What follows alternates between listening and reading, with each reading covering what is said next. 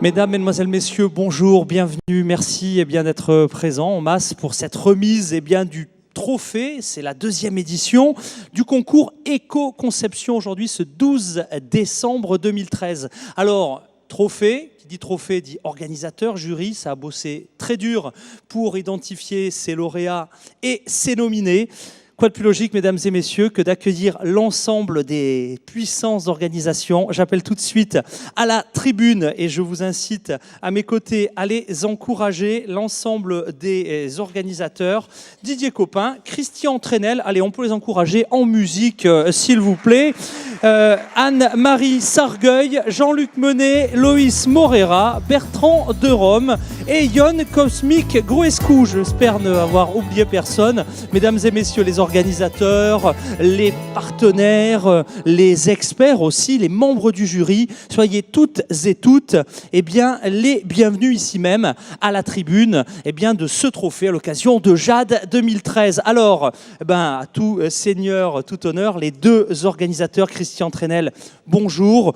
Dois-je rappeler que vous êtes l'infatigable, devrais-je dire, directeur du CD2E. C'est vrai que c'est fatigant de diriger le CD2E. En tout cas, infatigable promoteur de bonnes démarches et notamment de celle d'éco-conception. Le micro est à vous, Christian. Alors, à la question que tu m'avais posée, pourquoi à nouveau ce concours éco-conception ? Ma réponse est le Québec, le Québec, le Québec. Le Québec, pourquoi ? Le Québec, parce que l'idée est née d'une rencontre en 2005 puis 2007 là-bas de travailler sur l'éco-conception, sur l'analyse en cycle de vie. Il y avait un certain nombre d'expériences aussi qui avaient été initiées en région et c'était intéressant de voir pourquoi ils arrivaient à se développer et comment on pouvait inculquer ça chez nous. Le deuxième point, le Québec, c'est, et Bertrand est là encore pour en témoigner, c'est le partenariat qui est relativement intéressant et facile. Et le troisième point, c'est que le Québec, le ministre Yves-François Blanchet, avec qui je discutais la semaine dernière à Polytech, disait « Vous êtes la meilleure région de France ». Et donc, on l'en a remercié, on est plus avancé sur ce sujet. Enfin, le côté intéressant, c'est de dire, avec vous, on peut facilement travailler sur un certain nombre de collaborations. Et on le fait sur le développement durable, sur l'environnement, mais aussi sur la thématique des filières, qui est le cœur de cette plateforme à venir qui porte ça. On travaille avec toutes les filières et là, on a des échanges relativement intéressants, aussi bien avec toi qu'avec le CIREG, qui est aussi le plus grand centre de recherche au monde, je pense, sur l'analyse en cycle de vie. Alors, deuxième co-organisateur, Didier, infatigable promoteur, créateur de Jade, avec la Chambre de commerce et d'industrie. Bon, un lien entre éco-conception, Jade, un petit peu pourquoi cette deuxième édition ? Alors cette deuxième édition, parce qu'évidemment, le développement durable aujourd'hui est profondément entré dans les entreprises, mais aussi par exemple chez les donneurs d'ordre, chez les acheteurs publics. Et on voit de plus en plus de cahiers des charges qui intègrent des critères environnementaux. Donc c'est très important pour les entreprises de prendre en compte ces critères et du coup de passer à l'éco-conception, puisque par l'éco-conception, tout le monde le sait autour de la table et certainement dans la salle, nous prenons en compte l'ensemble du cycle de vie du produit et ça nous permet de nous poser des bonnes questions sur les approvisionnements, sur les modes de fabrication, sur aussi la fin de vie du produit. Alors la fin de vie du produit, ça c'est intéressant parce que ça nous pose aussi la question, qu'est-ce que l'on peut faire avec les matières issues des produits en fin de vie ? Certainement les recycler, les revaloriser. Alors je dirais que l'éco-conception, du coup, nous ouvre aussi la porte de l'économie circulaire. L'économie circulaire, large sujet que l'on travaille avec le CD2E et nos amis du Conseil régional, et l'ADEME également, mais qui va nous permettre d'ouvrir de nouvelles perspectives pour notre région. Quand on se pose aussi la question du cycle de vie, on se pose aussi la question de l'usage des produits. Alors, avec cette question de l'usage des produits, bien sûr, quelles fonctions, comment vont être finalement utilisés ces produits ? Et là, quelque part, on est en train de revisiter, avec un nouveau modèle économique qui s'appelle l'économie de la fonctionnalité, l'usage des produits. Par exemple, aujourd'hui, effectivement, on peut tout à fait, si on veut se déplacer, on peut de moins en moins, on cherche à être propriétaire de sa voiture. Parce que sa voiture, ça coûte cher, etc. On cherche plutôt une solution donc, de mobilité, d'intermodalité. Donc on peut prendre un mode de transport doux pour démarrer, un vélo, ensuite prendre le train avec son vélo. Pas aujourd'hui, ensuite, par contre. Oui, peut-être pas aujourd'hui, non, effectivement. Alors dans ce cas-là, quand il fait froid et on prend covoiturage... Solution d'autopartage, par exemple. Donc Voilà, et quelque part, l'analyse du cycle de vie nous permet aussi de re-questionner l'usage des produits. Et c'est aussi une porte, du coup, cette éco-conception, vers l'économie de la fonctionnalité. Grand sujet que nous travaillons aussi avec nos différents partenaires. Alors en ouverture aussi, je voudrais particulièrement remercier donc l'ensemble des acteurs qui font le succès de cette deuxième édition du concours. Évidemment, donc, le conseil régional dans Pas-de-Calais, il interviendra tout à l'heure, nos amis de l'ADEME, la Directe également, et bien sûr l'ensemble des partenaires, notamment l'Institut de développement du produit, donc à Québec, parce que c'est grâce à vous que nous avons initié avec le CD2E ce concours. Également l'ensemble des membres du jury, sans oublier aussi l'AFNOR qui nous aide beaucoup, puisque l'AFNOR nous aide à réaliser donc, pour les lauréats, à l'issue donc, du concours, une évaluation avec la fac éco-conception. Ça nous permet de poursuivre ensuite l'accompagnement des entreprises pour toujours aller encore plus loin dans l'intégration de l'éco-conception dans les entreprises. Alors, avec les co-organisateurs de tout cela, nous avions un rêve, il y a 3 ans maintenant, de dire mais on pourrait sortir le premier catalogue éco-conception Nord-Pas-de-Calais. C'est déjà la 2e édition. Le rêve est devenu réalité et c'est reproduit. Et c'est reproduit. Nous avons maintenant 30 entreprises dans ce catalogue. On va continuer. 2014, peut-être 50 entreprises. 2015, peut-être 100 entreprises. C'était le rêve, atteindre une masse critique d'entreprises engagées dans l'éco-conception en Nord-Pas-de-Calais. Merci aussi à ceux qui ont fait, j'en profite, l'organisation de ce concours. Alors je pense à Aubin Roy, je pense à Alice Salomon, à Jody Bricou. Pour la CCI Grand Lille, donc Sophie Caparet, Vincent Dargène. Également l'ADEME, donc Christophe Bogart. Le conseil régional, Christelle Desmarais et Eric Niaz. La licence professionnelle Cosmine Cruisco, donc qui a cette année donc, créé le trophée, il nous en parlera tout à l'heure, et l'AFNOR Valérie Ravez, qui est quelque part dans la salle. Merci aussi à ses partenaires, parce que tous les jours, on a quasiment travaillé depuis 3 mois pour la réalisation de ce concours et de cette cérémonie des trophées. Un travail en réseau, une mobilisation opérationnelle pour qu'aujourd'hui, on puisse mettre à l'honneur ces belles pratiques, ces belles réalisations. Alors, qui dit jury dit présidente en l'occurrence du jury. Anne-Marie Sargueil, bonjour. Rapprochez-vous du micro. Donc, vous êtes la présidente de l'Institut français du design. 2 questions vous concernant. En quoi design et éco-conception sont-ils liés ? Et puis, en tant que présidente du jury du concours Éco-Conception 2013, quelles étaient vos attentes sur les propositions des candidats ? En gros, quel regard avez-vous porté sur les projets présentés ? Voilà, et le tout en 2 minutes, 2 minutes 30. On va faire très court. Je reprendrai ce que vous avez dit, monsieur, puisque vous évoquiez l'économie circulaire et vous évoquiez surtout l'économie de l'accès aux produits, qui est l'accès par l'usage, et pas seulement la façon de voir un produit dans... on se déplace, est une solution de mobilité. Eh bien, chaque fois qu'il va y avoir des étapes, il va y avoir une interface. Le rôle du design, c'est de gérer le mieux possible ces interfaces. De la praticité, de l'économie, de l'ergonomie, de l'intelligence dans les technologies, dont il n'y en a pas beaucoup dans le vélo, mais il peut y en avoir davantage dans d'autres moyens de transport. Enfin, il y en a quand même dans le vélo, pardon pour les fabricants. Mais donc, tout ça pour dire qu'un bon produit, c'est un produit éco-design, parce que c'est un produit qui est bien designé. Et chaque fois qu'il va y avoir une intervention de la part des designers, il y aura une réflexion très importante aussi sur le cycle de vie des produits et sur les choix des matériaux et les économies d'énergie. Donc pour nous, un bon produit, c'est un produit éco-design. Merci, je crois qu'on a une grille de valeurs. Merci pour votre strict respect du timing. Merci également pour votre soutien, alors, votre regard. Vous parliez de l'attente en tant que juré. Ce qu'attendent les jurés, c'est toujours une diversité des candidatures, parce qu'on est dans une économie de la connaissance, et finalement, ce qui nous intéresse entre nous, c'est d'apprendre. C'est pas parce qu'on est des jurés qu'on est des experts, on n'en sait pas plus que les autres, mais je pense qu'on utilise mieux le dialogue qu'on peut avoir entre nous, et c'est ça qui est intéressant. Or, les candidatures sont variées. Il y a des réponses en termes de produits, il y a des réponses en termes de modèle économique. On a touché tous les secteurs, le bâtiment, l'industrie, donc on a vu cette grande diversité, et je pense que c'est ça qui va vous permettre aussi d'avancer dans la région, puisque au fond, ce dont on a besoin, c'est de la pédagogie, c'est des exemples et c'est des résultats de bons concours. Merci du fond du cœur pour d'abord votre présence et également votre analyse. Pas très bien respectée. Si, on est dans les temps. Alors, 3 membres du jury également sont présents. La même question pour chacun d'entre vous. On va peut-être commencer avec vous, Bertrand de Rome. Donc, vous avez participé au jury 2013. Quelles sont vos impressions sur ce qui fait la valeur des dossiers de cette année ? Et puis pour ceux qui ont également participé au jury 2012, au trophée 2012, qu'est-ce qui a un petit peu évolué en un an? Bertrand de Rome, je rappelle, vous êtes directeur exécutif de l'Institut de développement de produits au Québec. Alors, je me permettrais peut-être de faire aussi un petit parallèle avec les concours qu'on peut avoir au Québec et le type de candidature. Le premier point qui m'a agréablement surpris d'une certaine manière, et c'est tout à l'honneur des initiatives régionales que vous pouvez avoir ici, c'est de voir le nombre de candidats qui pouvaient travailler sur le développement de filières locales, régionales, en termes de matériaux, en termes de services. Et je trouve ça très intéressant de voir finalement qu'il y a une communauté qui semble se soutenir et vouloir développer des initiatives extrêmement porteuses, ce qu'on voit parfois un petit peu moins de notre côté, malheureusement.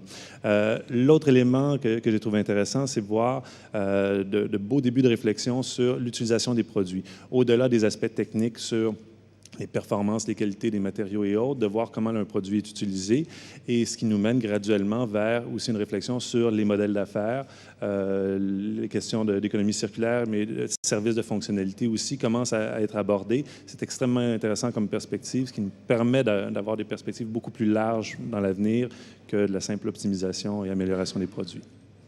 Eh bien, merci. Et merci d'avoir participé également à l'analyse et à la mise en avant des lauréats que nous allons accueillir dans quelques minutes. Jean-Luc Menet, bonjour. Vous êtes référent développement durable au sein de l'école d'ingénieurs Anciam.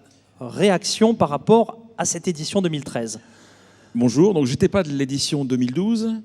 On m'a demandé de faire partie de ce jury et c'est avec plaisir que j'ai accepté.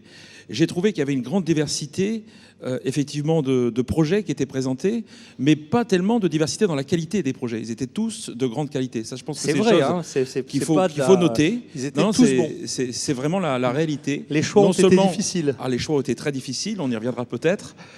En tout cas, les projets étaient de qualité et en même temps, j'allais dire, on voyait qu'il y avait un vrai travail de préparation du dossier. C'est-à-dire qu'on n'a pas fait ça parce qu'il y avait un concours, tiens, on va... Voilà. Donc il y avait vraiment un vrai travail derrière. Puis derrière, j'allais dire que bon, il y a un travail de fond aussi à réaliser, puisque c'est pas mal de travail d'évaluer des dossiers et effectivement de faire des choix. Puis derrière, il y a cette animation derrière, donc ce jury, et donc cette journée qu'on a eue à travailler ensemble et à sortir, non pas le meilleur, mais les projets qui nous paraissaient avoir les qualités requises par rapport à un référentiel sur lequel Plateforme Avenir a beaucoup travaillé, qui il n'y aura pas un gagnant, il y aura vraiment des lauréats 2013. Des lauréats, on est bien d'accord là-dessus. D'ailleurs. Voilà. Et donc, je dirais, s'il y avait deux mots-clés à retenir, je dirais c'est le côté social qui est apparu assez souvent finalement dans les dossiers, alors qu'on parle d'éco-conception, on voit souvent le côté social, côté économie, mais aussi le côté social, aussi bien du niveau des utilisateurs du produit ou du service, que aussi du produit lui-même, enfin, c'est-à-dire dans l'entreprise, quand on s'intéresse par exemple à la sécurité du travail. Et l'autre côté, je dirais, c'est l'innovation. Voilà. Systématiquement, on essaye d'innover, pas forcément pour révolutionner le monde, mais à partir de choses qui existent, on fait de nouvelles choses qui ont des clients. Donc c'est pas de l'invention, c'est bien de l'innovation. Très, très impressionné par ça. Merci en tout cas pour votre regard, votre analyse critique de ces différents candidats. Aloïs Moreira, bonjour. Vous êtes ingénieur conseil au pôle éco-conception. Vous aussi, votre regard sur les entreprises et les nominés en 2013. Oui, bonjour. Donc pour nous, c'est très intéressant de participer à des concours d'éco-conception parce que nous, dans notre rôle au quotidien, c'est de promouvoir la démarche d'éco-conception et d'avoir un retour des entreprises, savoir comment elles se sont appropriées les démarches, et avec des entreprises très diversifiées entre des grands groupes et des toutes petites PME, et de voir ces démarches, comment elles intègrent les concepts, comment elles intègrent les outils. Et ça, pour nous, c'est un retour d'expérience qui est très riche pour pouvoir après diffuser aux autres entreprises et dans notre rôle quotidien de promouvoir ces concepts et de dire, voilà, telle entreprise a eu des difficultés là-dessus et nous, qu'est-ce qu'on peut leur dire pour contrer ces difficultés ou valoriser ce qui a été facile de mettre en place. Donc ça, c'est vraiment riche. Après, l'autre remarque, c'est justement la diversité des produits, qui fait que c'est quasiment impossible pour nous, jury, de déterminer un premier.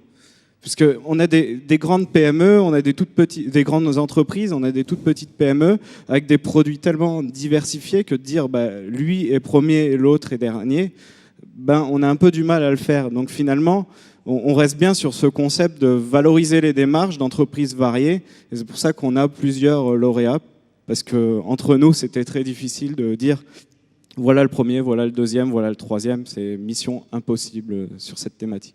Il aurait fallu un concours qu'avec des entreprises du même secteur pour éventuellement commencer à avoir ce genre d'objectif, quoi.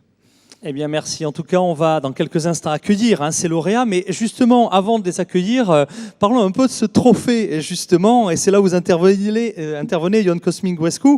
Vous êtes donc maître de conférence à l'IUT, donc à l'Université Lille 1. Vous êtes le créateur du trophée.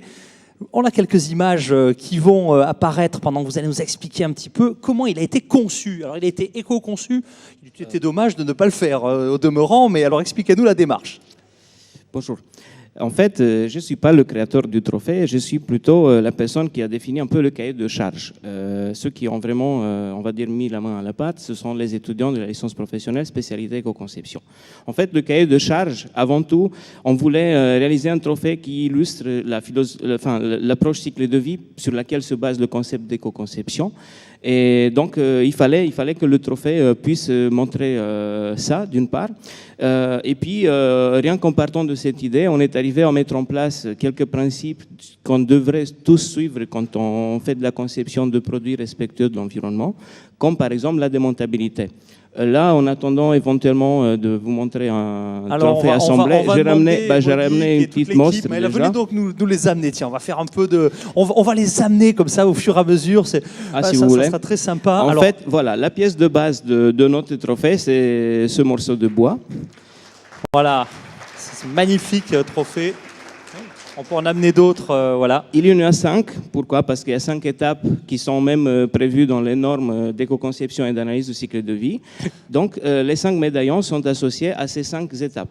Maintenant, il y a aussi, vous voyez, déjà le fait que le trophée il est démontable, ça dit beaucoup parce qu'aujourd'hui, on est quand même entouré par pas mal de produits, on a du mal à les réparer. Donc, on voulait envoyer un message fort, concevez des choses qui soient démontables, qu'on puisse éventuellement remplacer une pièce en cas de besoin. Donc, messieurs les lauréats 2013, ne vous inquiétez pas. Si voilà. Vous avez ici la note de montage, malgré le fait que chute. Voilà, il n'y a que 5 vis à utiliser, c'est assez simple. Mais si un jour vous cassez, on peut remplacer à la limite une partie. Voilà, donc c'est un trophée garanti à vie, c'est pas mal. Hein. Voilà. On l'a réalisé en bois, avec des outils qu'on utilise habituellement pour travailler l'acier. On a eu quelques petites surprises par rapport à ça, mais voilà, on a réussi à amener notre mission à terme. Et en fait, je vais juste dire encore un mot par rapport à la signification des couleurs qui sont associées à ces 5 médaillons. Donc en haut, quand la salle regarde, ça va être en bas à gauche, vous avez la couleur verte. Pourquoi? Parce que la première étape du cycle de vie, c'est celle qui porte sur l'extraction des matières premières et sur la production des énergies qui vont servir pour les transformer.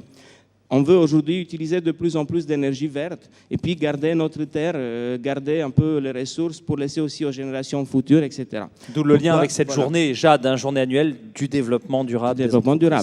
On passe ensuite à la couleur rouge, qui est la couleur de l'action qu'on associera probablement à l'étape de fabrication des produits.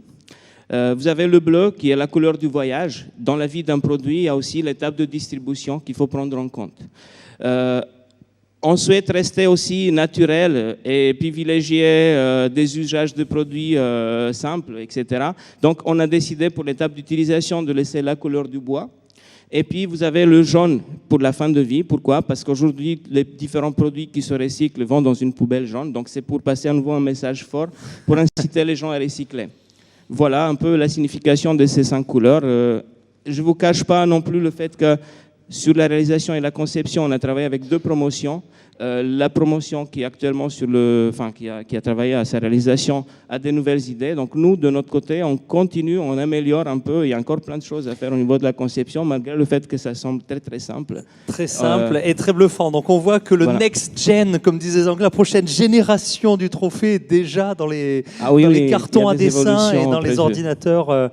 Merci beaucoup Ion et merci pour à la fois la symbolique et puis tout simplement l'émotion créée par ce trophée. Excusez-moi, mais c'est vraiment important. J'aimerais quand même remercier également la société Rocket qui nous a fait une donation, le sac, parce que le trophée normalement il est livré en kit. On a fait un effort, on l'a monté nous pour les gagnants, mais il y a un sac aussi qui est naturel, 100% réalisé en fibre de lin et viscose. Donc voilà. Merci Ion, merci membre du jury, merci la société Rocket. Je crois qu'on peut applaudir l'ensemble de nos organisateurs. Je vous propose de quitter tout de suite la scène puisqu'on va vraiment vous présenter, et pas seulement évidemment on va les mettre à l'honneur, ces lauréats, mais on va aussi les faire parler dans quelques instants. Christian, Didier, vous restez avec nous, vous pouvez vous installer.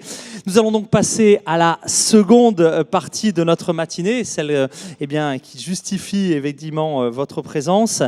C'est la séquence PME. Nous allons accueillir, d'abord on va mettre à l'honneur l'ensemble des entreprises, accueillir les 3 lauréats 2013. C'est parti, après le jingle, c'est notre séquence PME.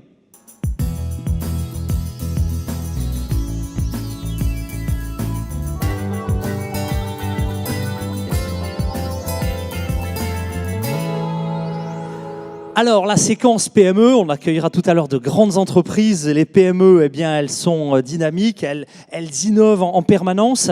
Alors, nous allons tout de suite, peut-être un mot avant d'accueillir à la fois les remettants et les nominés. Un mot, Chris. Oui, comme ça a été dit, il y a une diversité à la fois d'approches, une diversité de produits, une diversité d'entreprises de toute taille. Et une des choses assez remarquables, c'est l'implication très forte des PME. On a eu une petite vingtaine d'entreprises qui ont pré-concouru. Il y a eu une liste de finalistes, de 4 finalistes qui ont été annoncés au congrès ACV début novembre. C'était les entreprises CVP, Tillieu Menuiserie, Pilote PLV et Urbaneo. Et c'est dans ces 4 que j'ai laissé au jury la lourde tâche de choisir les 3 qui pourraient correspondre à certains plutôt sur l'aspect matière, l'autre sur l'aspect service et l'autre sur l'aspect produit. 15 grandes entreprises, 4 vraiment en shortlist, comme disent les anglo-saxons, et 3 qui vont être donc appelés dans un instant. Évidemment, pour remettre des prix, il nous faut des acteurs qui ont directement participé à la réalisation. J'appelle sur scène Hervé Pignon, le directeur de l'ADEME, Éric Niaz en musique, chef éco-développement, direction environnement, conseil régional du Nord-Pas-de-Calais, Louis-Philippe Blervac, membre élu à la CCI Grand Lille. On peut les encourager, les applaudir. Bonjour messieurs et merci. 3 acteurs clés pour soutenir ce concours. Alors, effectivement, commençons avec vous, Hervé Pignon. Rapprochez-vous vite du micro. Pourquoi soutenez-vous, au niveau de l'ADEME, ce concours ? Quelle question ? Oui, c'est ton que je vous réponde. C'est tellement bien, c'est tellement positif. Je sors d'un congrès, là, il y a quelques dizaines de minutes, sur le réchauffement climatique, extrêmement brillant, mais anxiogène. Mon Dieu, que va-t-il nous arriver ? En fait, vous parlez du même sujet, d'énergie, de pensée cycle de vie, de rapport à la matière, de rapport à la consommation intelligente. Vous positivez, vous imaginez, vous sélectionnez, vous fonctionnez collectivement et vous ne parlez finalement que d'emploi et de développement, d'éco-développement. Donc c'est pour ça que l'ADEME soutient évidemment depuis le début cette opération. Et puis bravo à Didier, bravo à Christian, bravo à vous tous. Voilà, j'ai terminé, je ne veux plus de questions comme ça. Écoutez, elle était tellement évidente, mais en tout cas merci pour l'enthousiasme dans la réponse. Alors j'ai bien peur que ce soit la même question et je risque de me prendre 3 fois la même réponse, mais c'est pas grave.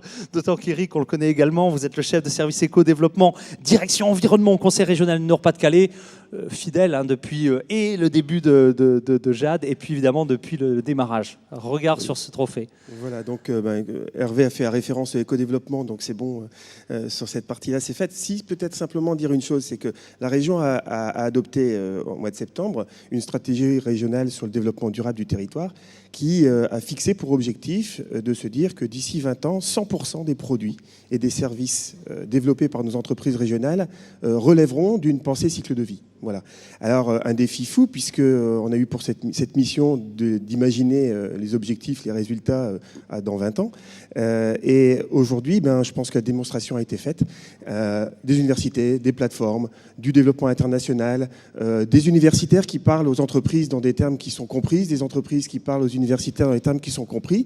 Donc, c'est une très belle chose. Et il nous faut, et c'est peut-être là-dessus où le Nord-Pas-de-Calais n'est pas toujours au rendez-vous, il nous faut aussi des grands moments, des moments totems où on montre les choses qui se font et les réalités. Et ici, on a la chance de pouvoir montrer un fabuleux trophée et aussi des belles entreprises et de dire que tout ça, 2020, 2030, 100% des entreprises ressembleront aux entreprises qui aujourd'hui recevront un trophée et quoi de plus naturel. Merci Eric, merci beaucoup. Troisième acteur incontournable, alors Didier et les élus, Louis-Philippe Blervac, vous êtes membre élu à la CCI Grand Lille. Votre regard sur ce trophée? Oui, donc la CCI Grand Lille, naturellement, s'est investie de ce sujet du développement économique durable depuis de nombreuses années. On a rappelé Jade depuis 10 ans, et puis on a rappelé l'importance de l'éco-conception dans cette grande thématique de l'économie circulaire. Comment est-ce que nos entreprises ont progressé sur ces sujets-là, à la fois avec cette grande dimension de préservation de la ressource, mais également de développement, de création d'emplois. Et je pense que pour convaincre d'autres entreprises, il n'y a rien de tel que des entreprises qui viennent en témoigner, leurs dirigeants, à qui on va remettre des prix. Il faut de la démonstration, il faut de l'exemplarité, il faut communiquer. Vous avez évoqué le catalogue tout à l'heure, c'est très important. Et moi, je leur souhaite vraiment que pour ces entreprises, ce soit vraiment un avantage compétitif et qu'elles trouvent leur marché très rapidement. Messieurs, je crois que vous connaissez les noms des lauréats. 4 en dernière shortlist. Christian les a cités, je les rappelle. On a, je crois, des PowerPoint pour les illustrer. CVP, Tillieu Menuiserie, Pilote PLV, Urbaneo. Voici donc les logos des 4 finalistes. Alors Jean-Michel Lehambre, je vais vous demander d'appeler, pardon, ça y est, il fallait que, ça y est, elle est faite. Alors, je vais, vous demander Hervé Pignon d'appeler, et il s'est reconnu du coup, grâce à la bêtise, de l'animateur en live. Allez, Hervé Pignon, je vous demande donc d'appeler le premier lauréat tout de suite. Le micro est à vous, le suspense un peu moins.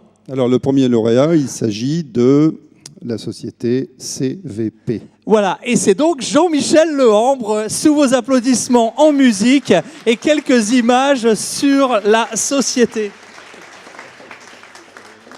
Allez, en musique, s'il vous plaît. Et voilà, on va mettre un peu de musique. Soyez les bienvenus. Bonjour, bonjour. Allez, tout de suite, la photo en musique, s'il vous plaît. Voilà, alors on me demande effectivement de vous installer peut-être sur le côté tout d'abord pour la photo. Voilà, ça se passera sur le côté. Alors, pas de musique, bon, c'est pas très grave. On va, dans un deuxième temps, puisque quelques images apparaissent sur la société, faire appel au deuxième lauréat pour la photo officielle, c'est tout de suite. Et je vais demander à Louis-Philippe Blervac de la CCI Grand Lille d'appeler la deuxième société qui est lauréate. Pilote PLV. Allez, mesdames et messieurs, en musique, Charlotte Deden, directrice générale de la société PLV. Ok, voilà. En régie, tant pis pour les clips, on mettra un petit peu de musique. Et le troisième, Eric, le troisième lauréat 2013. Oui, alors je vais faire juste un peu de suspense. C'est une entreprise du bassin minier qui a commencé avec 4 salariés. Aujourd'hui, ils sont près d'une trentaine à dimension nationale. Ils sont sur un mobilier urbain tout à fait utile, fonctionnel, et qui, après l'avoir conçu, maintenant pense au développement des services. Et on peut appeler l'entreprise Urbaneo. Allez, l'entreprise Urbaneo en musique, s'il vous plaît.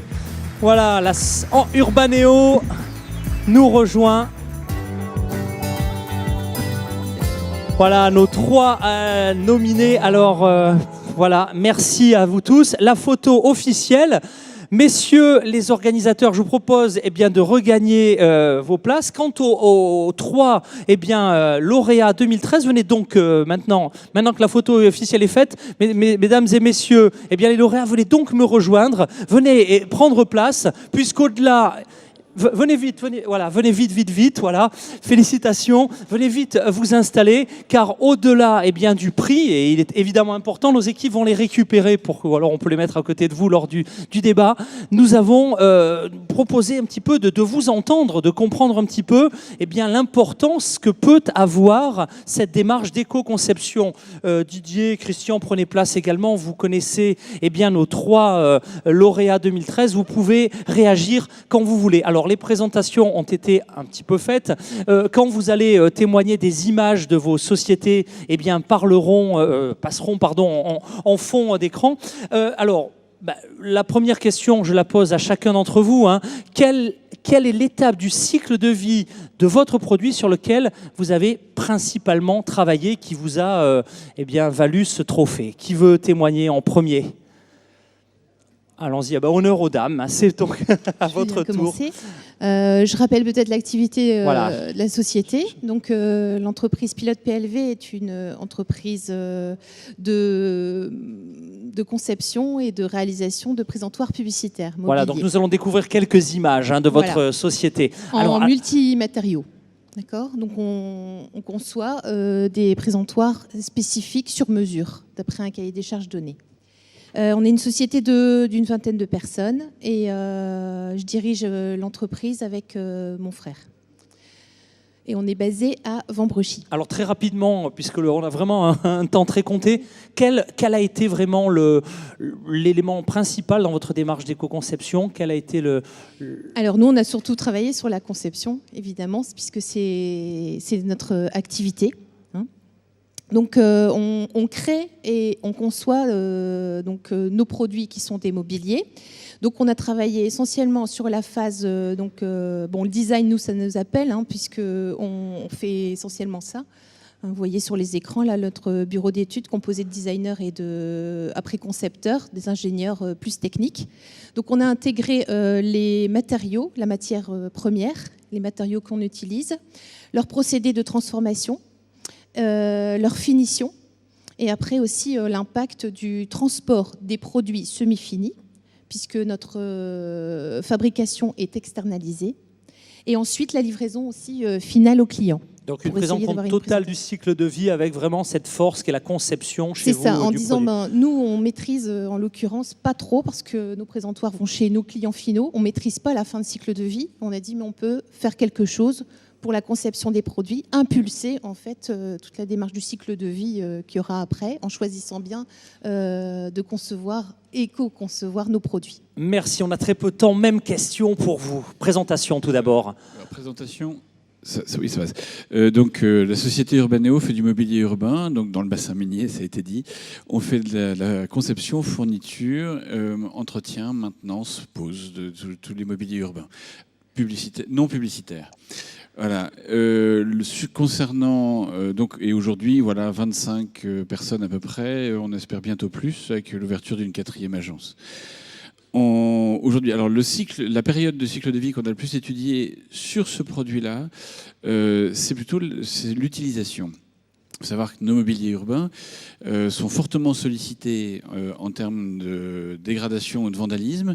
Et donc, en fait, sur un mobilier tel que celui-là, on avait plus intérêt à jouer sur le cycle de vie, sur son utilisation globale. Donc, ça a des répercussions sur la résistance des matériaux notamment, et donc indirectement sur la fabrication. Mais on a beaucoup plus travaillé sur la partie utilisation.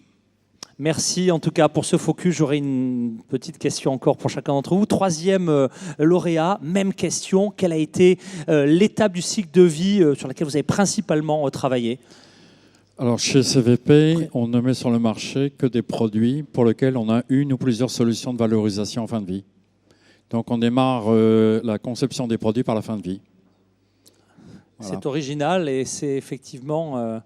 C'est rapide en plus comme réponse, c'est formidable. Merci pour ces éléments. On a du coup à peine le temps de découvrir les images de votre société, mais je pense qu'elles sont éloquentes. Un mot sur la société, donc CVP. Alors là, on est sur, on a 2 activités. Là, cette activité-là, on est sur la vente d'abrasifs. Et l'idée était, on constatait chez nos clients que les abrasifs avaient un seul usage, c'est la dureté du produit pour faire du traitement de surface, donc gommage, abrasage, etc. Mais ce produit qui est extrait, qui est à base de bauxite, qui demande, pour être transformé en produit de traitement de surface, de l'énergie montée à 2000 degrés, on trouvait que c'était un peu idiot que ça soit acheté, surtout qu'ils n'utilisaient pas toute la partie chimique, la molécule chimique du produit. Et donc, on a décidé de passer de la vente du produit à la location du produit. Et l'idée de la location, donc, de rentrer dans l'économie de la fonctionnalité. Et la location, on met la location avec aussi une caution pour être sûr de pouvoir récupérer le produit, puisque derrière, on sait déjà ce qu'on va faire. Donc soit on est en économie circulaire, c'est qu'on sait refaire le même produit pour un deuxième ou troisième usage, soit en économie de la fonctionnalité, on utilise ce produit pour un premier usage qui est le traitement de surface et un deuxième usage qui pourrait être par exemple la fabrication de briques réfractaires. Dans un autre domaine d'activité. Merci. Je crois vous souhaitiez, hein, Christian et Didier, que cette année, vraiment, on puisse faire témoigner nos lauréats. Et je pense qu'on voit à quel point, effectivement, ce partage d'expérience est important. Alors, deuxième question, ce sera mon deuxième et dernier tour de table vous concernant. Quels sont, parce que je pense que là, vous êtes en territoire ami et tout le monde partagera ses idées, mais beaucoup de dirigeants considèrent parfois que l'éco-conception, c'est un investissement, c'est de l'argent dépensé, parfois, certains le disent. Beaucoup regarderont nos émissions dans les jours à venir, et à ceux qui sont peut-être un peu moins familiers avec ces logiques d'éco-conception, quels ont été les bénéfices, voire les perspectives qui vont être ouvertes par la démarche d'éco-conception que vous avez mise en œuvre. Alors, chez CVP, peut-être, puisque vous avez le micro, ou votre associé. Moi, c'est inscrit tout en haut de l'entreprise, c'est dans le métier, c'est en définition de métier, c'est apporteur de solutions anticipatrices. Donc, derrière, on va le mettre, on le décline après en stratégie, qui est là. Et pour moi, c'est un socle formidable pour construire l'entreprise de demain. Parce qu'on n'est pas en crise, moi je dis, on est en mutation. Et la mutation, c'est aussi bien sur les produits, les services, que sur les organisations, le mode de management de l'entreprise, la gouvernance, etc. Il faut tout réinventer, tout repenser, et de préférence, même le management, ça peut s'éco-concevoir. Je pense. Alors, nous, on a la chance, parce qu'avant d'arriver ici, on vient d'apprendre qu'on a un nouveau label, qui est le label Lucie, qui est sur la RSE, et on vient d'être validé ce matin. C'est une bonne nouvelle pour même le petit manager que je suis. Je vais essayer même penser à me recycler. C'est plutôt une bonne nouvelle. Même question, perspective, développement et bénéfices concrets de cette démarche. Alors, perspective, développement sur le produit qui est primé aujourd'hui, tout est à faire. Ça, on en attend beaucoup, mais tout est à faire. Par contre, je peux vous témoigner déjà, on a le premier produit qu'on a éco-conçu, c'était un abri, c'était en 2007. On espérait en vendre 100. On en vend 150 par an depuis 2008. Ça nous a fait 20% de croissance. On est une PME. 20% de croissance par an depuis 5 ans, tous les ans. Non, mais il faut le dire, voilà, parce qu'on a l'impression que si on ne fabrique pas en Chine avec des enfants, pardon pour la caricature, mais on a l'impression que parfois on a des discours anxiogènes sur il faut serrer les coups, on peut faire de la qualité, on peut faire de l'éco-conception. Voilà. L'astuce, c'est que pour nous, c'est aussi un développement économique important parce que on peut éco-concevoir un produit qui ne coûte pas plus cher que le produit concurrent qui ne l'est pas. Et on a su le faire avec l'abri, on veut le faire aussi avec ce nouveau produit. À ce moment-là, on apporte à nos clients, qui sont en plus effectivement des collectivités territoriales qui commencent à avoir fortement sensibilisé à ça, et bien dans ce cas-là, automatiquement, on amène un plus. Et ça a été vraiment pour nous un grand vecteur de développement. Et le produit qu'on lance aujourd'hui, les enjeux sont encore plus gros, puisque tout ce qui concerne l'accessibilité pour les malvoyants, il y a cette directive ou cette loi qui devrait être théoriquement en place pour le 1er janvier 2015. Qui aurait dû. Qui ne le sera pas, mais qui le sera un jour. Et donc le marché, on vient avec une solution totalement innovante et bien moins coûteuse que les solutions existantes. Donc on a de gros enjeux sur ce produit-là. Messieurs les dirigeants de collectivités publiques, il y en a dans la salle, il y en a qui regarderont notre émission. Tenez-vous-le pour dit et à l'écoute d'une entreprise exemplaire. Même question, bénéfices, perspectives. Rapidement, il reste 1 minute 30 sur ce focus oui, alors PME. Pour nous, c'est un petit peu tôt encore pour dire les bénéfices, puisque notre produit date de juin 2013, donc il est récent. Mais néanmoins... on a beaucoup d'encouragement de la part de nos clients. Et puis même, alors notre produit, pour être clair, nous, c'est un logiciel qu'on a conçu qui mesure l'impact CO2 de toute conception qui sort de chez nous, avec des alternatives au niveau des matériaux, ce qu'on peut suggérer aux clients en disant, vous avez un présentoir, les tablettes peuvent être conçues en bois en plastique ou en métal. Je ferai schématique. Faites comme vous voulez, mais voilà le bilan. Voilà l'impact carbone. Après, aussi du lieu de transformation, on en parlait. Alors là, effectivement, ça impacte très fortement. Et à l'avenir, dans un avenir proche, on aimerait bien que cet outil qu'on a développé pour le facteur CO2 devienne multicritère. Bah écoutez, merci véritablement à la fois pour votre retour d'expérience, votre enthousiasme, et revenez l'année prochaine encore pour nous donner de bonnes pratiques, que ce soit sur ce trophée ou dans les ateliers de cette belle journée du développement durable. Merci à tous les cas, je crois qu'on peut à nouveau vous applaudir et vous remercier. 20 secondes de commentaires et de transition, Christian, Didier, sur ces très belles expériences. N'oubliez pas vos trophées, mais vous avez compris que si vous oubliez un morceau, etc., il y a évidemment un suivi qui sera assuré dans le temps. Christian, rapidement, parce qu'on a un timing très serré. La transition va être rapide. On avait une vingtaine de PME, on avait une petite dizaine de grandes entreprises et à la fois elles font beaucoup de choses, mais elles sont plus frileuses pour le communiquer. Et je pense qu'il y a une dynamique qui se fait chez les petites entreprises qu'il faut continuer à apporter et continuer à montrer. Allez, je crois que vous avez donné la transition. Un mot sur les PME avant de passer à notre séquence grande entreprise. Je crois que l'on a vu 3 superbes témoignages qui montrent que l'éco-conception ouvre véritablement des perspectives pour les entreprises. Alors ces perspectives, elles sont vraiment devant nous. Elles sont déjà, donc on est sur le terrain dans ces perspectives. Elles sont aussi portées par les nouveaux modèles économiques, l'économie circulaire. Donc Jean-Michel Blanc en a parlé. Cradle, disent les Anglais. Mais aussi l'économie de la fonctionnalité. Donc Thierry Delcourt n'en a pas parlé, mais il est aussi dans une opération collective. Nous l'accompagnons sur l'économie de la fonctionnalité. Donc il y a véritablement, avec l'éco-conception, ces nouveaux modèles économiques, des perspectives très importantes pour les entreprises. Donc allons-y. Donc Gandhi disait, mais soyons le changement que nous voulons dans le monde. Bon, il y a soyons le changement que nous voulons dans nos entreprises. Voilà. C'est une belle transition dans les PME et aussi dans les grandes. C'est notre deuxième et dernière séquence pour ce trophée 2013. La séquence grande entreprise, jingle.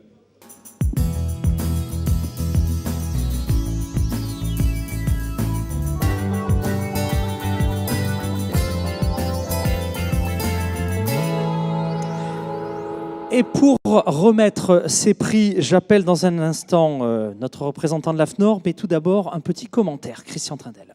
Oui, alors nous avions 8 ou 9 de mémoire, et 3 avaient été nominés donc, et présentés au congrès à venir, les sociétés Alkern, Arc International et Rabot Dutiol Construction.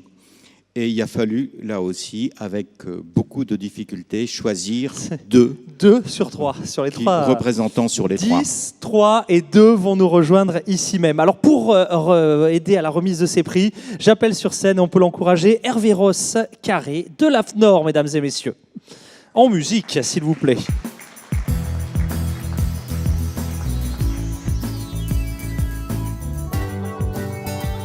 Alors, rapprochez-vous du micro. AFNOR, évidemment, acteur incontournable. Pourquoi votre présence aujourd'hui sur ces trophées? Alors tout d'abord, acteur historique de vos initiatives en région Nord-Pas-de-Calais. Et puis bon, l'AFNOR, notre mission, c'est d'élaborer des référentiels avec les professionnels. Et puis, quand je suis rentré à l'AFNOR il y a quelques années, on m'avait posé une question. J'avais posé une question à un des dirigeants de l'AFNOR. Je disais, mais finalement, c'est quoi une bonne norme? Il y en a 30 000. Il me dit, mais c'est simple, une bonne norme, c'est une norme qui est utilisée. Alors là, en la matière, sur analyse du cycle de vie, éco-conception, les référentiels normatifs sont désormais très bien connus des professionnels. Et norme utilisée, je vais dire un chiffre qui n'a peut-être pas été cité tout à l'heure, mais qui était dans tous les esprits. En matière de produits éco-conçus, j'ai mené une enquête avec quelques partenaires dans le groupe. C'est une croissance de plus 30% annuelle en Europe. Le marché du conseil et de l'accompagnement des PME et des grands groupes, depuis 5 ans, c'est plus 50% de chiffre d'affaires par an. Nous sommes sur l'économie d'aujourd'hui et l'économie de demain. Donc, on voit tout de suite à quoi ça sert. Eh bien, ce sont des outils pour accompagner dans le développement l'ensemble des acteurs économiques et plus particulièrement les entreprises. voilà l'une des raisons pour lesquelles nous sommes là, et encourageons donc tous ceux à utiliser ces référentiels et rentrer dans cette dynamique de développement. On parle de développement durable. Dans développement durable, il y a quand même le mot développement et développement d'entreprise de façon durable, effectivement, à court, moyen et long terme. Très bien. Eh bien, je vais vous proposer d'appeler notre premier lauréat. Alors, le micro est à vous, Hervé Roscarré. Eh bien, ce sera dans le représentant de la société Alkern, Bernard Bedel, son président. Allez, mesdames et messieurs, en musique et sous vos applaudissements, la société Alkern, Bertrand Bedel, président, à la tribune. Le trophée, la photo officielle, c'est tout de suite, c'est juste au bout de la tribune. Christian Trenel, le nom du deuxième lauréat, s'il vous plaît. Il s'agit de la société Arc International. Allez, mesdames et messieurs, en musique et sous vos applaudissements, la société Arc International, lauréat 2013 du trophée Éco-Conception. Là encore, la photo officielle. Voilà, on a un timing très très serré, pardon pour ce rythme. Voilà, la photo officielle. Didier, peut-être un mot sur cette section grande entreprise pendant la photo officielle? Alors, pour nous, c'est très important d'avoir de grandes entreprises dans ce concours parce qu'elles sont aussi sur le terrain, donc l'occasion de soutenir cette dynamique de l'éco-conception au travers de leurs propres fournisseurs, par exemple. C'est vrai qu'une grande entreprise comme Arc International a de nombreux fournisseurs ici sur la région. Donc c'est aussi pour nous l'occasion, avec vous, d'entraîner ces fournisseurs vers l'éco-conception. Également, pour nos amis d'Alkern et dans le secteur du bâtiment, par exemple, c'est vrai que ce secteur est en train de bouger beaucoup, également par l'éco-construction. Si on peut amener par des grandes entreprises nos PME, PMI à aller encore plus loin dans l'éco-conception, voilà, je crois qu'il y a un vrai lien entre les grandes entreprises et les PME. Merci. Nous allons également pouvoir profiter de votre retour d'expérience. Alors rapprochez-vous, installez-vous, prenez place tranquillement. On en a pour quelques minutes. Ce sera la même question finalement qu'à nos amis PME. Quelle a été l'étape de cycle de vie de votre produit sur laquelle vous avez principalement travaillé? Alors, je ne sais pas, honneur aux dames. Présentation, si besoin, d'une entreprise plus que centenaire. Voilà, de l'entreprise et puis de cette démarche d'éco-conception, notamment la phase qui vous a le plus mobilisé. D'accord. Donc Arc International, bien sûr connu pour les arts de la table. Là, plus particulièrement, en fait, c'était sur l'aspect décoration, donc la décoration de nos articles. Donc on a travaillé principalement là sur la partie composition, matière première. Donc on a vraiment changé, c'est la composition du décor. Mais ce qui a induit aussi derrière, en fait, un certain nombre de changements au niveau de la fabrication, donc des baisses de température, par exemple, un allègement d'assiette. Donc c'est vrai que le fait de changer une petite chose, un petit élément au départ, permet ensuite d'avoir différentes avancées en fait sur d'autres étapes. Très bien, réponse très rapide. On aperçoit quelques images justement prises dans votre entreprise. Ça a l'air simple comme ça, mais j'imagine que autour de cette démarche, il y a eu un certain nombre d'impacts. On ne réorganise pas, j'imagine, ça comme ça d'un coup de baguette magique. Effectivement, c'est issu de l'innovation. En fait, c'est vraiment des projets qui sont très longs.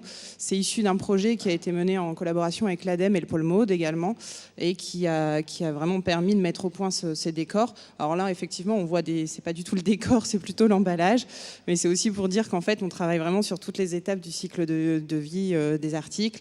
Donc de la conception à la fabrication, aux emballages. Et puis, on va jusqu'aux attentes de nos clients, parce que ça a également permis, en fait, ces décors, de pouvoir répondre au mieux aux attentes de nos clients, de pouvoir avoir d'autres effets sur les décors, sur les matières qui correspondent réellement aujourd'hui aux attentes de nos clients. Et d'autant plus que c'est d'autant plus résistant au lave-vaisselle en fait que les décors auparavant. Donc les nouveaux tout le monde est gagnant. Tradition et modernité plus que jamais. Merci pour cet exemple. Même question dans le monde effectivement du bâtiment et de l'éco-construction. Très bien. Tout d'abord, merci de nous avoir considérés comme lauréats. Alkern, flatté d'être une grande entreprise, nous sommes plutôt dans la catégorie ETI, puisque Alkern, c'est 750 personnes et 150 millions d'euros de chiffre d'affaires, 37 usines, dont une très grande partie 37 sites de fabrication, dont une très grande partie sont situés en Nord-Pas-de-Calais, Picardie. On fabrique des produits en béton pour le bâtiment, l'aménagement extérieur et l'assainissement.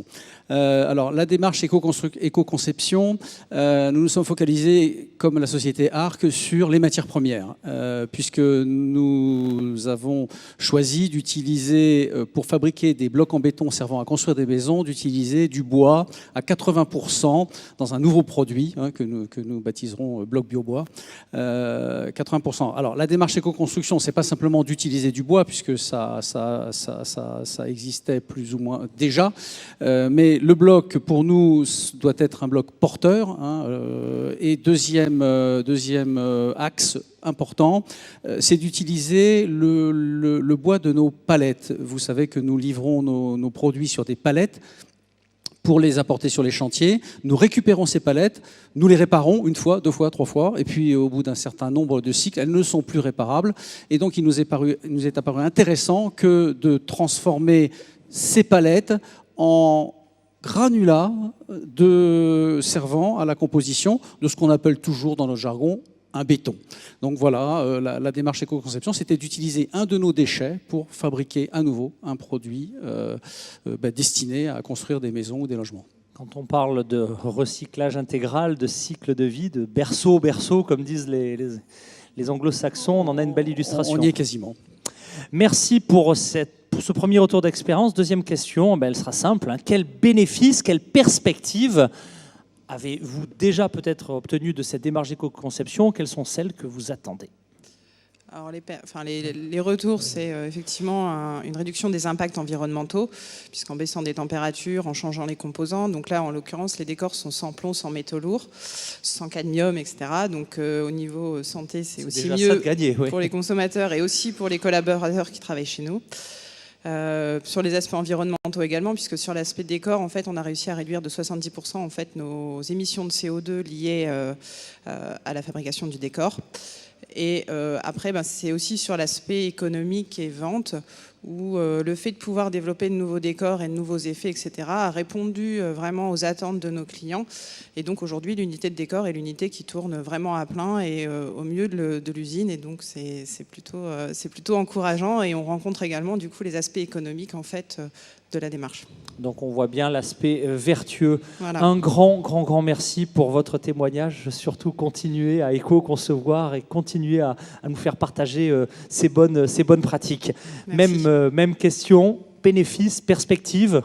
Les perspectives sont immenses, puisque on entend dire que nous avons besoin d'à peu près 500 000 logements à construire, plus tous les autres ouvrages. Donc les perspectives pour les produits de bâtiments servant à construire des ouvrages... Il y en a beaucoup à construire, il y en a beaucoup à détruire, et si on pouvait enfin les détruire intelligemment, ce serait merveilleux. Évidemment, à déconstruire, et ensuite... Pour l'instant, on les détruit, un jour on les déconstruira. Et ensuite déconstruire, donc il y a le marché est considérable. Bien évidemment, nos palettes ne suffiront pas en tant que matière première, mais malgré tout, il y a d'autres sources de biosourcés qui sont envisageables dans le même esprit. Premier point. Alors évidemment aujourd'hui notre produit là est un produit innovant. Nous en sommes au pré-série. Il faut savoir qu'avant de mettre un produit de ce type sur le marché, il nous faut passer par certaines contrainte avantage, c'est-à-dire qu'il faut que le produit soit certifié notamment par le CSTB, puisqu'en fait quand on construit un ouvrage, évidemment, il faut qu'il dure 30, 40, 50 ans et puis que, évidemment, il ne tombe pas sur la tête des habitants. Donc voilà, il y a des contraintes. C'est un avantage parce que une fois que nous sommes passés par cette certification, eh bien, nos clients sont, je dirais, extrêmement rassurés sur le produit qu'on leur a délivré. Voilà, et c'est un objet patrimonial. Une maison, un logement, c'est l'objet numéro 1 du patrimoine de chacun d'entre nous. Voilà. Eh bien, écoutez, du fond du cœur, merci à tous les deux. Je crois qu'on peut vous applaudir et vous remercier. On est presque à la fin, on est parfaitement dans les temps. On est presque à la fin de cette remise et de ce retour d'expérience. Je vais rappeler à la tribune deux acteurs clés, Anne-Marie Sargueil et Bertrand de Rome. Venez vite me rejoindre pour votre ressenti, votre conclusion et votre analyse des bonnes pratiques que l'on a pu voir à l'occasion de cette remise des prix. Bonjour, rapprochez-vous du micro, Anne-Marie Sargueil. Alors voilà, vous venez d'assister à 5 bonnes pratiques. Votre regard sur ce qui vient d'être présenté, puis plus généralement sur l'ensemble de cette démarche. Je crois que ce qui a été confirmé, c'est que finalement une bonne démarche de design, elle est subordonnée à ce qu'est une démarche de conception. Donc il ne faut pas faire de différence entre le mot design et bon design, éco-design. S'il faut reprendre le terme anglo-saxon, bien concevoir des produits, c'est les concevoir pour le modèle économique de l'entreprise. Évidemment, il y a une perspective de gain. Pour l'intérêt de l'utilisateur, qu'il soit acheteur ou consommateur final, parce que lui aussi, il a des attentes de praticité, de quelque chose d'harmonieux, d'intelligent, de toujours pareil, aussi plus économique, et puis un bénéfice pour l'environnement. Donc en fait, si on reprend l'origine du mot design, comme le font les anglo-saxons, un produit bien conçu est un produit qui est bon pour la planète, pour l'entreprise et pour les personnes, donc pour l'emploi. Ah bah écoutez, c'est clair, net et précis. Merci sincèrement. Et puis, merci surtout aux lauréats. Merci et bravo aux lauréats, c'est évident, on peut à nouveau les applaudir et les remercier. Alors, on est vraiment au bout de la conclusion. Bertrand de Rome, directeur exécutif de l'Institut de développement des produits. Vous nous avez parlé tout à l'heure de ce qui se passait dans le nord, du côté nord-américain. Votre conclusion ? Alors, d'abord, je tiens à féliciter encore une fois tous les finalistes et les lauréats. Féliciter aussi les organisateurs au CD2E, à la plateforme Avenir et à la CCI Grand Lille. C'est des initiatives et les projets que les entreprises ont soumis sont extrêmement importants pour susciter, engager un intérêt au sein de la communauté industrielle. On ne le répétera pas assez, et en fait, je reviendrai peut-être 40 ans en arrière sans vouloir être d'un grand pessimisme, comme ça a été évoqué un petit peu plus tôt, pour rappeler ce que le Club de Rome nous disait à l'époque. Lorsqu'ils ont écrit « Halte à la croissance », ils n'ont certainement pas écrit « Halte à la prospérité ». Et ce que ces entreprises nous démontrent, c'est qu'on a les solutions à portée de la main. On est en mesure d'avoir une société qui peut être durable. Il suffit de mettre les solutions en œuvre. Donc, c'est la mise en œuvre qu'il faut maintenant lancer et mettre de l'avant. Ces entreprises nous montrent la voie, font les premiers pas. Il nous en reste beaucoup encore à accomplir, donc beaucoup d'opportunités pour de l'innovation, du développement de produits, pour un développement de ces expertises et de ce savoir-faire, et c'est extrêmement important. Je tiens aussi à les remercier, dans le fond, pour l'inspiration qu'ils nous donnent. Au Québec, on vit une situation où on a un contexte réglementaire beaucoup moins poussé que le vôtre, donc on a besoin d'incitatifs qui sont plus d'un ordre volontaire, donc les initiatives, que ce soit dans le domaine de l'affichage, du retrait de certains produits, métaux lourds et autres. On s'inspire beaucoup de ce qui se fait en Europe, mais ensuite, on sensibilise nos entreprises de manière volontaire. Quand des entreprises comme les vôtres dépassent les cadres réglementaires et démontrent finalement qu'ils sont capables à la fois d'être profitables et responsables d'un point de vue environnemental et de plus en plus d'un point de vue social aussi, ils nous démontrent que le développement durable peut vivre ses applications dans l'industrie à travers les produits. Donc, c'est extrêmement important. Sur ce point-là. Et sinon, je saluerai encore, j'en ai parlé un petit peu tantôt, vos initiatives locales et régionales, c'est extrêmement important. On parle de plus en plus au Québec de la réindustrialisation. Donc, après une longue période de délocalisation, on commence à travailler à la relocalisation de nos entreprises. Les exemples ne font pas encore masse, mais on a de plus en plus de cas d'entreprises qui, avec les bons investissements, avec la bonne conception du produit adapté à nos technologies qu'on peut avoir, se rendent compte qu'elles sont beaucoup plus flexibles, proches de leur marché et qu'elles sont donc en mesure de fabriquer de manière extrêmement concurrentielle sur place, en et donc proximité, proche de leur marché, exactement. Et parlant du marché, c'est la base de ce qui va nous permettre d'atteindre la durabilité. C'est d'abord et avant tout en étant proche de nos clients, des usages, qu'on va comprendre les façons de faire, qu'on va comprendre les façons d'améliorer les produits et les modèles d'affaires qui vont avec et qui vont nous permettre d'atteindre un jour un développement qui pourra être durable. Eh bien, merci. Oui, encore un petit mot, puis j'ai une petite surprise vous concernant tous les deux, mais c'est dans quelques secondes. Moi, je pense que ce serait une bonne idée que vous donniez un rendez-vous l'année prochaine aux lauréats pour savoir comment la pédagogie de leur bonne démarche a pu essaimer. Parce que finalement, il faut savoir qu'on vit tous dans un écosystème et porter la bonne parole quand on a été lauréat, c'est-à-dire parler à ses fournisseurs, parler à ses collaborateurs, c'est aussi une aide de pédagogie qui pourrait être très utile. Donc on pourrait leur donner un rendez-vous l'année prochaine. Qu'avez-vous fait de votre trophée? En tout cas, qu'avez-vous fait de votre bonne démarche? Eh bien, merci à tous les deux. Alors, je vous avais parlé d'une petite surprise. Il me semble qu'il y a des trophées sur scène, Didier. Christian, est-ce que vous sauriez nous dire pourquoi il y a quelques trophées en plus? Je vous laisse vous rapprocher du micro. Bien, on souhaitait aussi remercier toutes celles et tous ceux qui ont passé à la fois du temps et ont passé nombreuses soirées pour choisir, analyser les dossiers, se concerter. Et le côté intéressant de la démarche, et je souhaiterais peut-être insister encore un peu plus là-dessus, c'est qu'on voit comment on arrive à faire réussir la mise en place de politiques publiques, parce qu'un certain nombre d'orientations de la région, notamment de l'ADEME, par rapport aux orientations nationales sur ces sujets, donc de la préservation de l'environnement, sur la préservation de la ressource, comment on réussit à travers, le concours le met en œuvre, mais comment des politiques publiques sont aussi des vrais soutiens et des vrais alerteurs de vers où il faut aller, et comment des structures intermédiaires comme les vôtres et les nôtres peuvent aussi accompagner des entreprises à faire les premiers pas d'une façon relativement facile.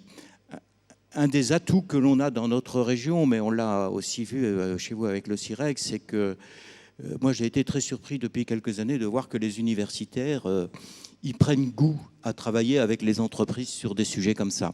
Et je trouve que c'est aussi très symptomatique d'une évolution des comportements qui sont en train de se faire. On parlait tout à l'heure de travailler en réseau. Je crois qu'au niveau de la région, ça a été souligné par Eric. Alors, un mot sur ces trophées additionnels offerts aux amis de la manifestation, Didier. Oui, voilà, tout simplement pour vous remercier de votre participation cette année en qualité de présidente du jury et en qualité de soutien depuis le début, donc pour le Québec à ce concours, puisque c'est la 2e édition. Mesdames et messieurs, Cosmine, en musique, 2 trophées d'honneur remis à nos 2 infatigables promoteurs de l'éco-conception, mesdames et messieurs. Allez, on arrive à la fin, on est parfaitement dans les temps. Didier Copin. Alors, je rebondis simplement sur... Je dois le partager avec les membres du jury. Alors, si vous êtes sûr que vous me le rendez chaque fois pour que je le fasse tourner, eh bien, je le partagerai avec vous bien volontiers. Merci. Didier Copin, un mot de conclusion. Simplement, je rebondis sur ce que disait Marie Sargueil à l'instant. En fait, soyons tous dans nos activités, dans nos entreprises, partout où on peut l'être, finalement, ambassadeurs de l'éco-conception, de l'éco-design, pour finalement arriver à cet objectif, à bref horizon finalement, que l'ensemble des produits en Nord-Pas-de-Calais soient éco-conçus finalement. Et on peut chacun semer cette petite graine de l'éco-conception, tous ensemble, vis-à-vis de nos fournisseurs, vis-à-vis de nos clients, dans nos entreprises. Donc soyons chacun acteurs finalement de cette éco-conception. Soyons acteurs. Merci Didier Copin. Moi, j'ai la chance depuis 10 ans d'accompagner cette manifestation. Je vois le boulot énorme qui est fait. Et je vois aussi, puisque vous le savez, je tourne dans pas mal de pays francophones, je peux vraiment vous dire que dans la région Nord-Pas-de-Calais, vous êtes constamment cité en exemple. Alors, il y a évidemment cet héritage de cœur, mais cette façon de travailler ensemble. Et c'est vrai que le réseau, quand on voit les politiques, les consulaires, les entreprises, les universités, la recherche, ça donne des beaux moments. Et franchement, bravo à vous tous, bravo à vous également. Merci d'être venus nombreux et à très bientôt, je crois. À très bientôt, puisque depuis 1 minute, le concours 2014 est ouvert. Allez, il ne tient qu'à vous d'y participer. À l'année prochaine. Au revoir.